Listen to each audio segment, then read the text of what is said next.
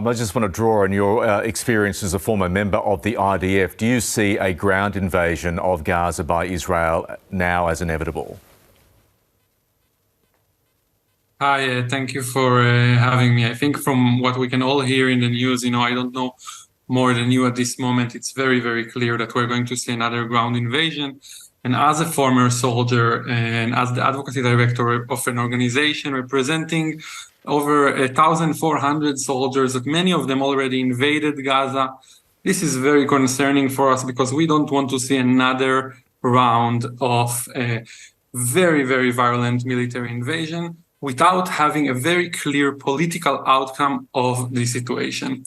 I would like, before we continue, to just point out two things. That first of all, I've been doing this for almost 7 years, and this is the most difficult time for me as an activist and for us as a community of peace activists after the devastating, terrible atrocities that our society faced last week.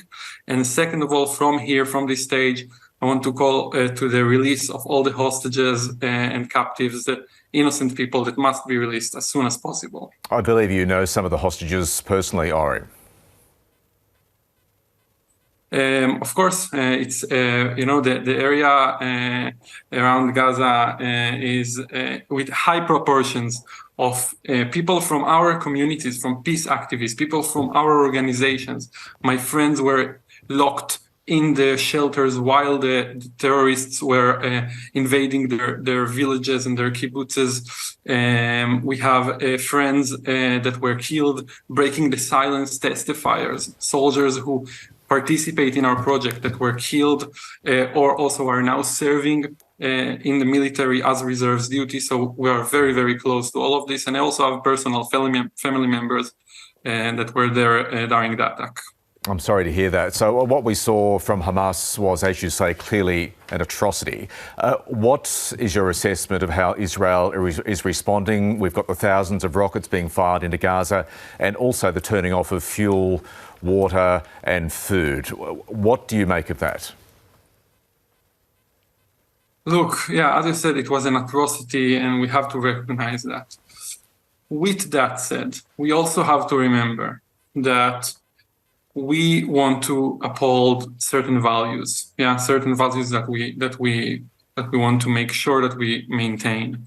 And by killing thousands of innocent people or limiting their access to water, electricity, we will not bring back our friends and family members who were slaughtered, and we will not achieve a better future for us. What we demand as former soldiers who did the same thing so many times over and over again, in Gaza or in the West Bank, what we demand from our government is to not do anything for revenge or to look good politically or to please a certain base or something like that. What we demand is that we will know what is the outcome that we want to achieve, because we Israelis will stay in Israel and Palestinians will stay in Gaza. Those are the facts. And we need to do things that will bring us forward towards a peaceful future and not only revenge and get into this never-ending violence that only gets worse with the years. And before you go, Ori, I just want to ask you about your hopes of anything resembling a peaceful settlement before this conflict, before the war, before this expected ground invasion by Israel is over. Look, I wouldn't be here and doing what I'm doing in this show if I didn't have hope. And I don't want to paint a pink picture, definitely after last week. It's devastating. We're still collecting the pieces, very frustrating, very, very hard moment personally as for us as a society. But in the end of the day, we've been collaborating with hundreds of thousands of Israelis that want a better future. And it's really important to listen also to the victims.